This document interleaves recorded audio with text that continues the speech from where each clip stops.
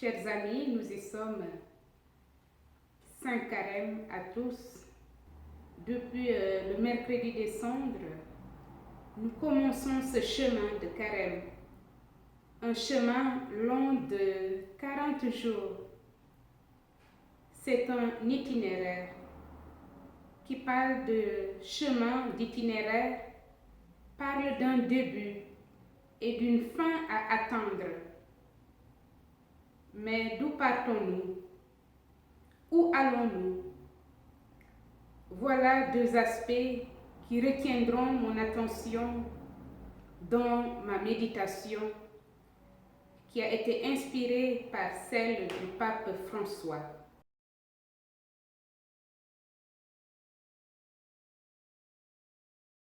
D'où partons-nous donc? Premier point.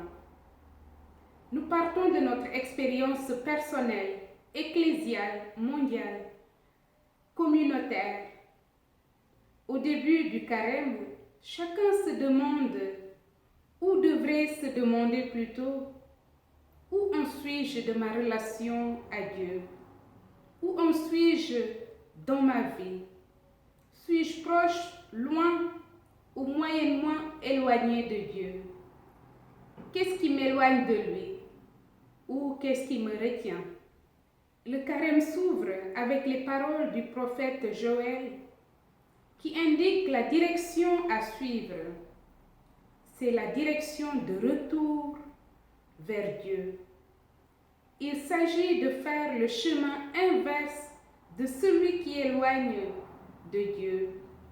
Faire ce chemin, chers amis, c'est répondre à l'invitation du cœur de Dieu. Le carême s'ouvre avec les paroles du prophète Joël qui indiquent la direction à suivre. La direction à suivre pour celui qui s'est égaré. C'est la direction du retour vers Dieu. Il s'agit de faire un chemin inverse de celui qui nous a éloignés du Seigneur. Et faire ce chemin, c'est répondre à l'invitation de Dieu lui-même. Revenez à moi de tout votre cœur. Joël chapitre 2, verset 12. Revenir au Seigneur parce que de fois, affairés ou indifférents, nous lui avons tourné le dos. Que de fois nous avons dit, Seigneur, je reviendrai vers toi, mais après, plus tard. Attends.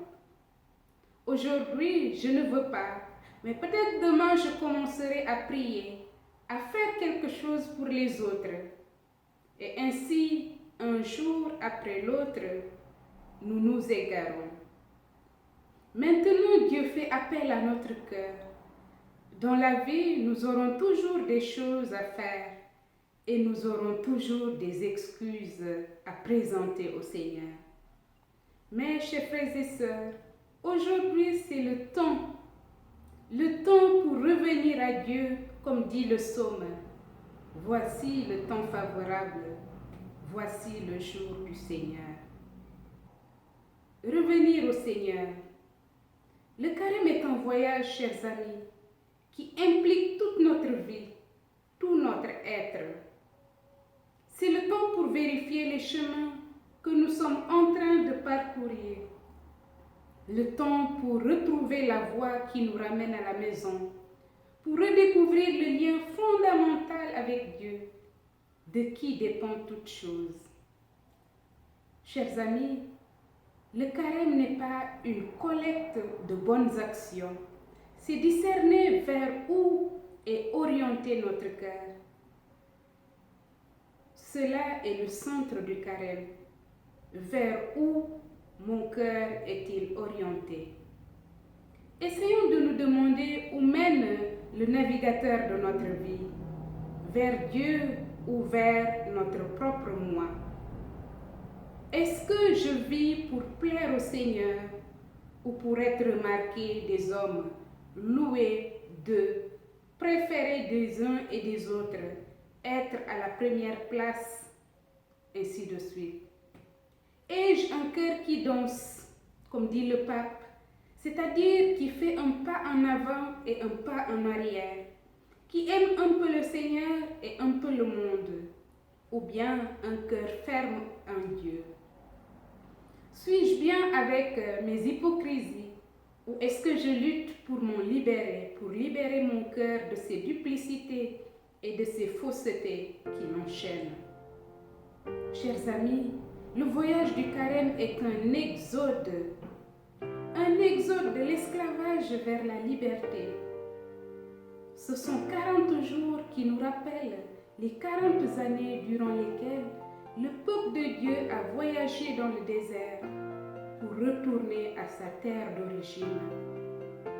Mais comme il a été difficile de quitter l'Égypte, durant la marche, il y avait beaucoup de tentations. La tentation de regretter les oignons, de revenir en arrière, de se lier aux souvenirs du passé, à quelques idoles. Pour nous aussi, il en est ainsi. Le voyage de retour vers Dieu est entravé par nos fausses sécurités. Peut-être l'argent, peut-être le paraître, peut-être la lamentation d'être victime. Tout cela qui nous paralyse. Pour marcher, chers amis, il nous faut nous démasquer toutes ces illusions. Et cela nous mène au second point. Comment procéder?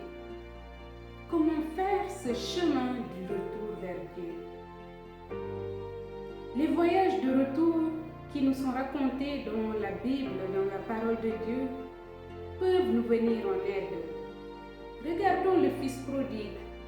Comprenons qu'il est temps pour nous aussi de revenir vers le Père. Comme ce Fils, nous avons nous aussi oublié la maison du Père. Nous avons dilapidé des biens précieux pour des choses de moindre valeur, dit le pape. Et nous sommes restés les mains vides, mais le cœur mécontent. Nous sommes comme des petits enfants qui essaient de marcher mais qui tombent par terre et qui ont besoin d'être relevés à chaque fois par leur papa. C'est le pardon du Père qui nous remet debout. Le pardon de Dieu dans le sacrement de la confession est le premier pas vers le voyage du retour. Un petit clin d'œil au confesseur, au prêtre. Accueillez comme le Père avec tendresse et pas avec un fouet. Accueillez avec une accolade. Nous avons ensuite besoin de revenir au Seigneur, de faire comme le lépreux purifié qui revient pour remercier. Ils étaient 10, nous dit l'Évangile, à être guéris, mais un seul revient sur ses pas pour rendre grâce. Tous, nous avons des maladies spirituelles qui ne peuvent être guéries tout seuls. Nous avons besoin d'être enracinés en Christ, enracinés en Dieu qui guérit. Nous avons des peurs qui nous paralysent et qui ont besoin d'être guéries. Nous avons besoin d'imiter ce lépreux qui revient vers le Christ, qui se jette à ses pieds avec confiance. Encore la parole de Dieu nous demande de revenir à Jésus, de revenir à Dieu le Père par l'action de l'Esprit Saint. La cendre que nous avons reçue le mercredi des cendres nous rappelle que nous sommes poussière et que nous retournerons à la poussière.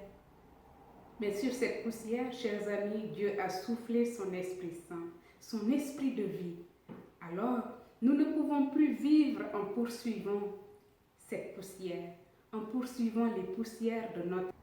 Revenons à l'Esprit Saint, dispensateur de toute vie.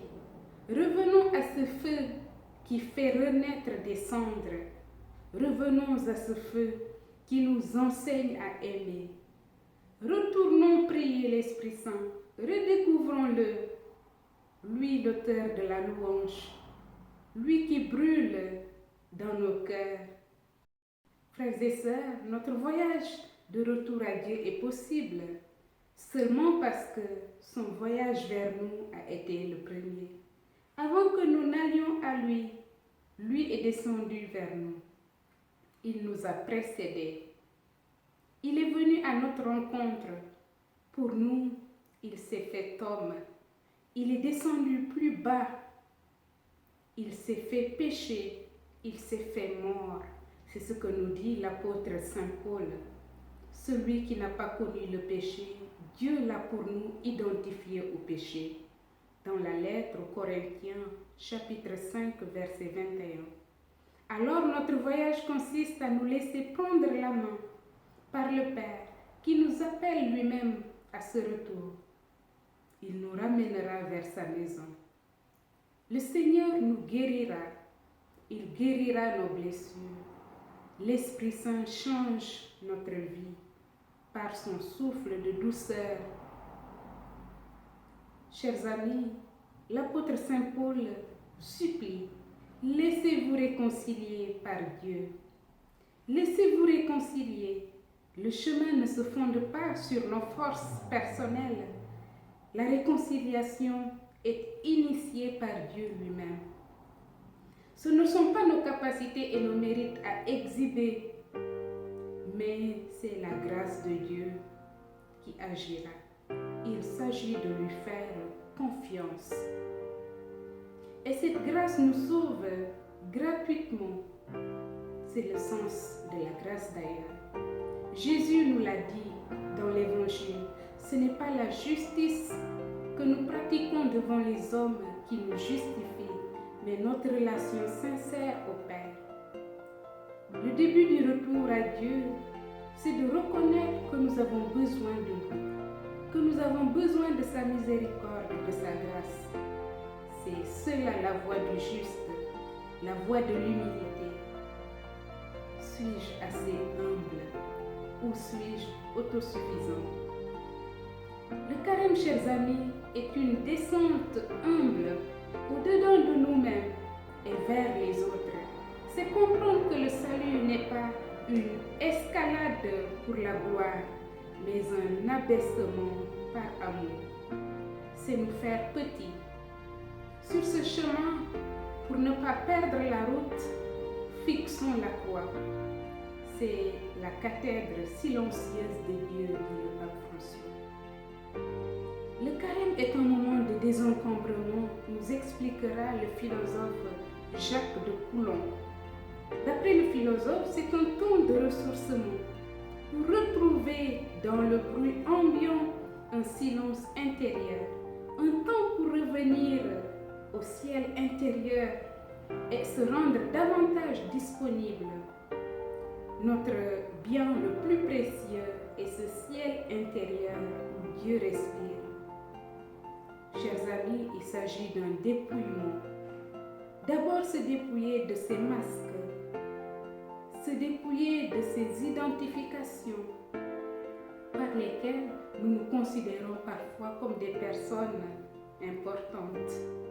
Il faut également être capable de prendre une certaine distance par rapport à ce que l'on possède, car être est plus important que faire ou posséder. Chers amis, le carême, c'est se départir du trop-plein de nous-mêmes. C'est d'ailleurs ce que disait Simone Weil, cet autre philosophe. Pour elle, l'attention est le but de notre vie.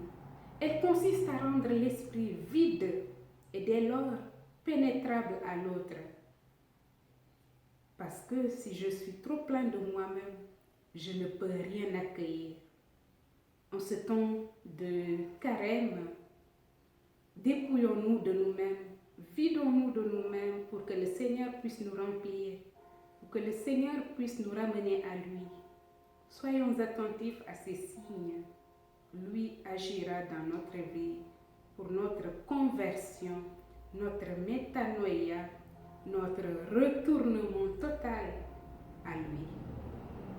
Saint carême à tous, union de prière. À bientôt.